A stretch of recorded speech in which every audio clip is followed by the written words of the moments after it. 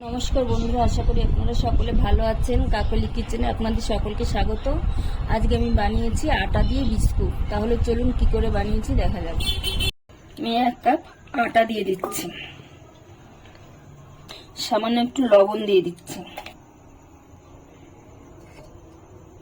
3 চামচের মতন সাদা তেল দিলাম, রিফাইন তেল। আর দিচ্ছি এখানে কিছুটা তিল নিয়েছি, আর 1/2 চামচের মতন চিনি, আর এটা কাজু আর বাদাম গুঁড়ো করে নিয়েছি, পুরো মিহি করিনি, দানা দানা আছে, এরকম ভাবে গুঁড়ো করে নিয়েছি। এটা আমি এর সঙ্গে মিশিয়ে দেবো। দিয়ে আমি সব জিনিস একসঙ্গে মিশিয়ে নেব। সবকিছু আমি একসঙ্গে মেখে নিয়েছি। এখন আমি 1 পিঞ্চের মতন একটু বেকিং সোডা দিয়ে দিচ্ছি।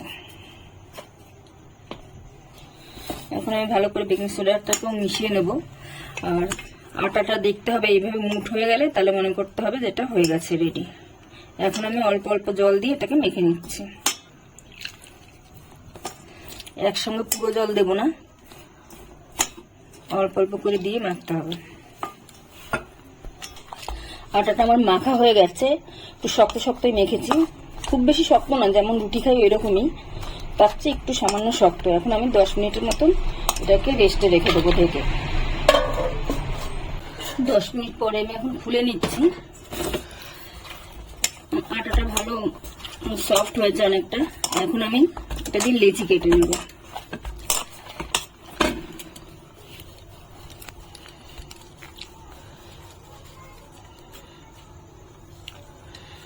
এরকম সাইজে লেচি কেটে নেব। 1 কাপ আটায় আমার 6টা লেচি হয়েছে। আমি এগুলোকে এখন রুটির মতন করে বেলে নেব।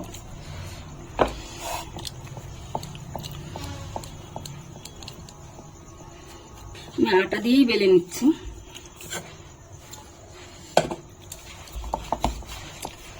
পাতলা পাতলা করে বেলে নেব। এই যে এরকম পাতলা পাতলা করে আমি সবকটা রুটি বেলে নেব। সবগুলো রুটি আমার বেলা হয়ে গেছে। এখন আমি এর উপর দিয়ে একটু তেল ব্রাশ করে নেব।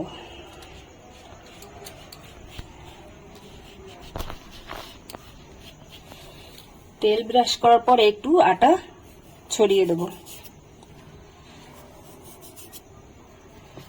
তারপরে আমি এর উপরে আর একটা রুটি দিয়ে দেবো।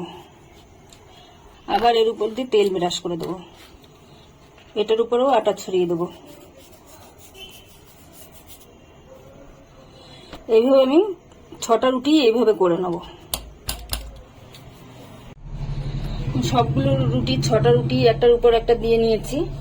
এখন আমি উপর দিয়ে একটু আটা ছড়িয়ে এটাকে পাতলা করে বেলে নেব। এখন পাতলা করে বেলে নেব। আমি বেলে নিয়েছি। বড় একটা রুটি হয়েছে, এরকম মোটা থাকবে, খুব বেশি মোটা না আর একেবারে পাতলাও না। এখন আমি এটাকে কেটে নেব। আমি একটা যে বোতলের ঢাকনা নিয়েছি, এটা দিয়ে এইভাবে কাটবো। এখন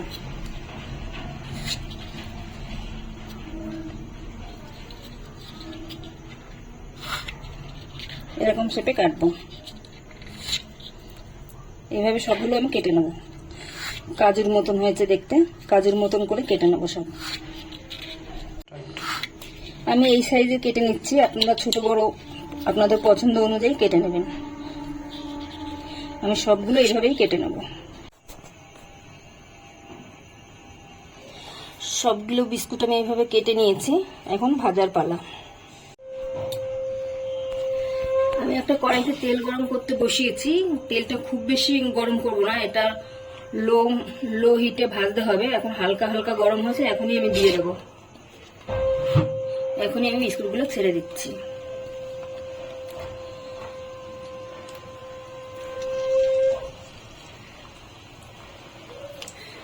সবগুলো আমি একসঙ্গে দেবো না, 2-3 বারে ভেজে নেবো আমি।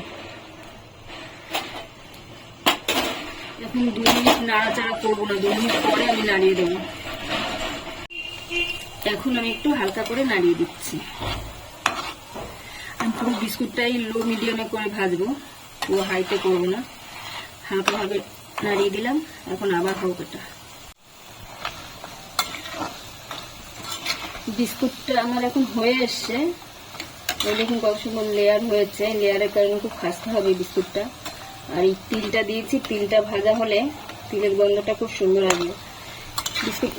বিস্কুটটা এখন হয়ে এসছে, এখন আমি গ্যাসটা মিডিয়ামে করে দেবো। নামানোর 2 মিনিট আগে মিডিয়ামে করে দিয়ে তারপরে নামাবো, তাহলে আর এক্সট্রা তেলটা এর ভিতরে থাকবে না।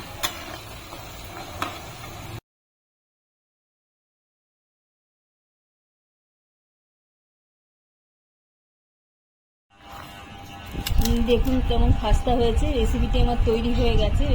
রেসিপিটি যদি ভালো লাগে তাহলে একটা লাইক করবেন, কমেন্ট করবেন এবং সাবস্ক্রাইব করবেন।